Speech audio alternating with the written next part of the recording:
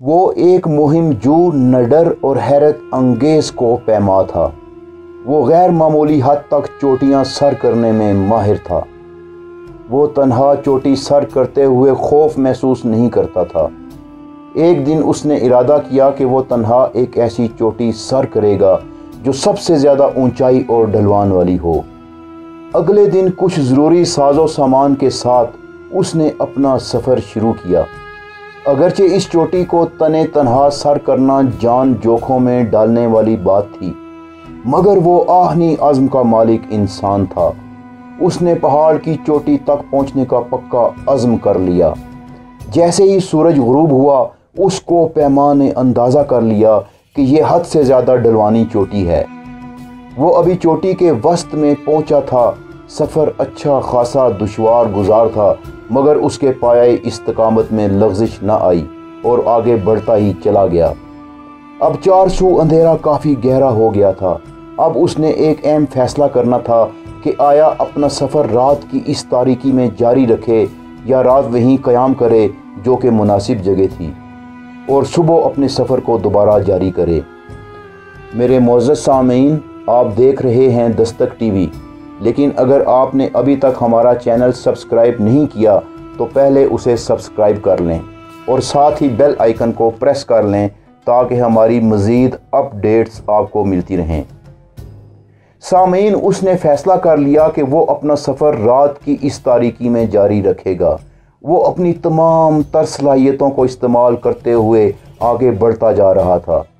جوں جوں وقت گزرتا جا رہا تھا، سردی کی شدت میں بھی تیزی سے اضافہ ہوتا جا رہا تھا، مگر وہ ہمت ہارنے والوں میں سے نہ تھا اور اپنا سفر جاری رکھا۔ وہ کوہ پیما سوچ رہا تھا کہ فتح وہی لطف دیتی ہے جو جان کو جوکھوں میں ڈال کر حاصل کی جائے، اور اسی فتح کو ایک فتح اور کامیابی کہا جاتا ہے۔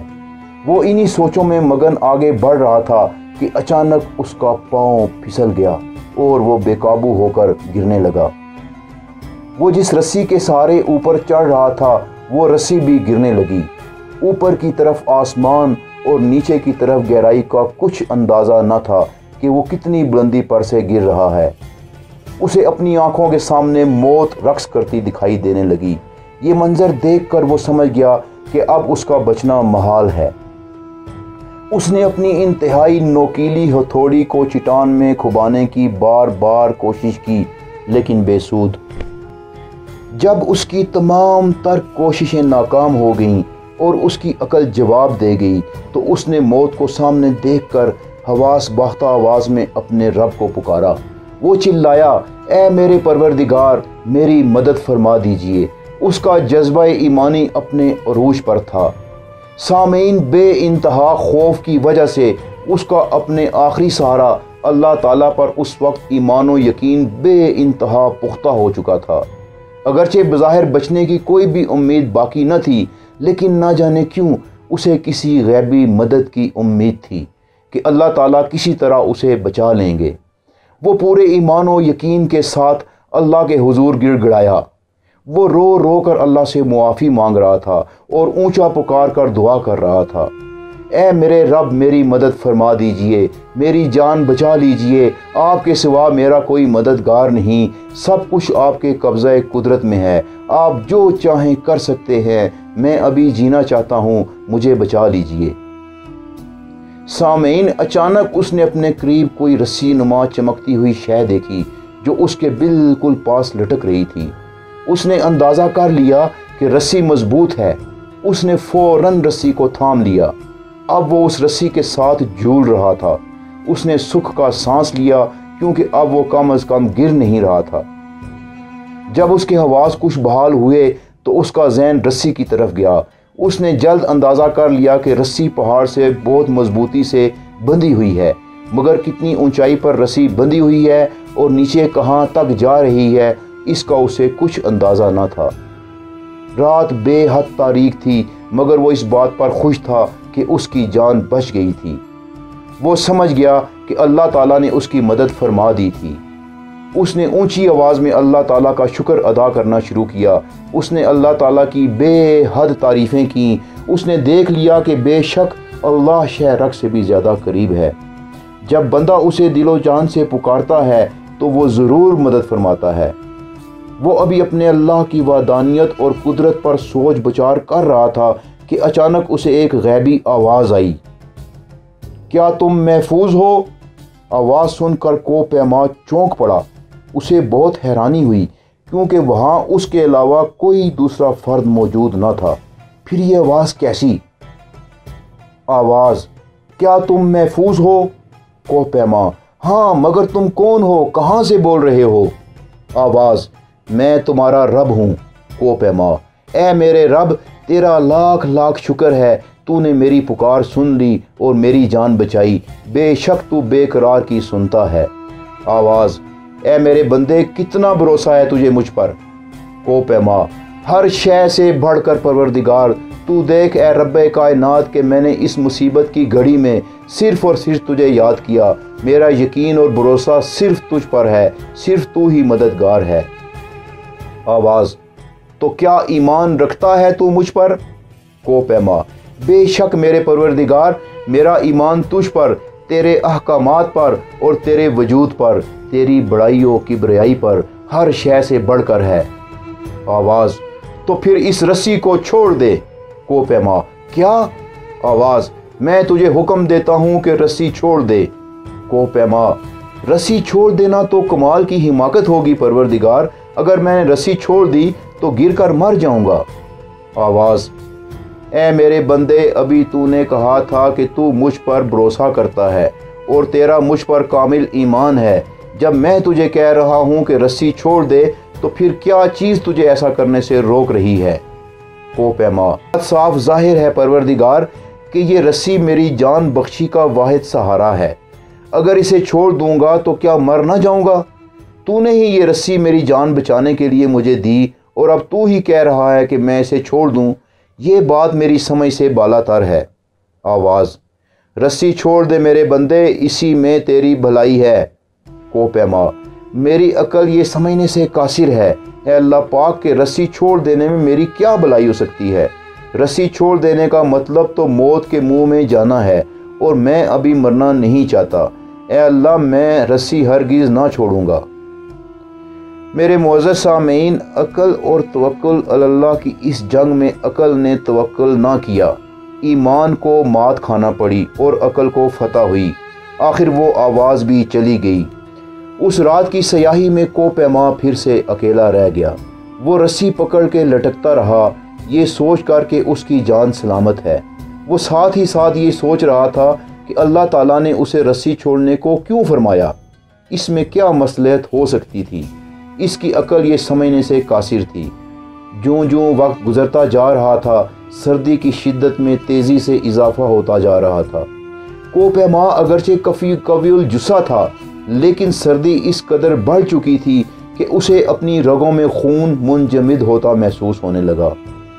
اس نے رسی کو اور زیادہ مضبوطی سے پکڑ لیا۔ وہ یوں ہی لٹکتا رہا اور شاید شدید ٹھنڈ کی وجہ سے مر گیا۔ میرے معزز سامعین، اگلے روز جب کو پیما اپنے بیس کیمپ میں نہ آیا تو اس کا سراغ لگانے کے لیے ایک امدادی ٹیم چوٹی کی طرف روانہ ہوئی۔ ٹیم کے اراکین نے اس کو پیما کو ڈھونڈ لیا۔ انہوں نے دور سے دیکھا کہ کو پیما رسی کے ساتھ چپکا ہوا تھا۔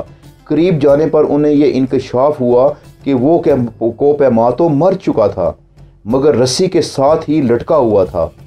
لیکن ایک بات پر ساری ٹیم حیران تھی کہ کو پیما نے آخر رسی کیوں نہ چھوڑی۔ اگر وہ رسی چھوڑ دیتا تو کہیں رات بسر کرنے کی پناہ تلاش کر سکتا تھا اور اس طرح اس کی جان بچ جاتی۔ ہر ایک کے ذہن میں ایک ہی سوال تھا کہ کیا کو پیما نے خودکشی کر لی؟ ان تمام سوالات کے جوابات تو کوہ پیما اپنے ساتھ ہی لے گیا، لیکن اگلے روز اخبارات کی زینت یہ سرخی بنی، ایک برف پوش چوٹی کے قریب ایک کو پیما کی لاش اس حالت میں پائی گئی کہ وہ رسی کے ساتھ لٹک رہا تھا اور اس کا جسم سردی کی وجہ سے اکڑ چکا تھا۔ تفصیلات کے مطابق وہ زمین سے صرف 3 فٹ اونچائی پر لٹک رہا تھا اور قیاس یہی کیا جاتا ہے کہ کو پیما نے خودکشی کر لی۔ معزز سامعین، عقل اور ایمان کا آپس میں چولی دامن کا ساتھ ہے۔ دل کے ساتھ عقل کی پاسبانی ضروری امر ہے، مگر کبھی کبھی اسے تنہا چھوڑ دینے اور اللہ پر توکل کرنے ہی میں عافیت ہوتی ہے۔ اللہ تعالیٰ تو اسے بچانا چاہتے تھے، لیکن اس کی عقل نے اسے مروا ڈالا، کیونکہ اس مشکل وقت میں اس نے اللہ پاک سے جو قول و اقرار کیا تھا اس میں وہ جھوٹا ثابت ہوا۔ ایسے موقع پر دانائے راز حضرت علامہ محمد اقبال نے کیا خوب فرمایا ہے: اچھا ہے رہے دل کے ساتھ پاسبان عقل، لیکن کبھی کبھی اسے تنہا بھی چھوڑ دے۔ میرے معزز سامعین، قرآن حکیم میں اللہ پاک بنی نوع انسان کو بار بار عقل کے استعمال کی تلقین فرماتا ہے۔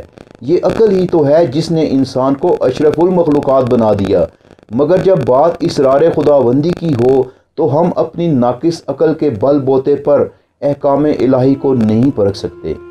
یہاں جو چیز کام آتی ہے وہ ہے کامل ایمان اور عشق حقیقی۔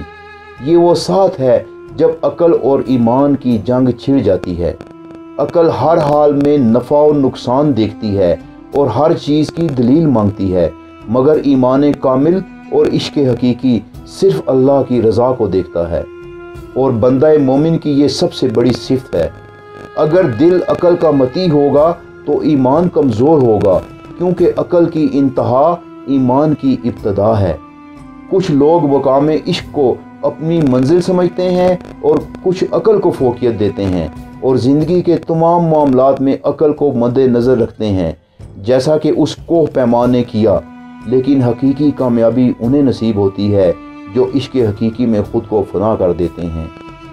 میرے معزز سامعین، اس لیے آئیے ہم ان میں سے ہو جائیں جو اللہ کا قرب حاصل کرنے کے لیے جد و جہد کرتے ہیں، جو صرف اور صرف اللہ پر کامل بھروسہ کرتے ہیں، جن کے دل اللہ کی طرف جھکے رہتے ہیں، جن کے دل عقل کے غلام نہیں ہوتے بلکہ ان کا ایمان ہر چیز پر حاوی ہوتا ہے۔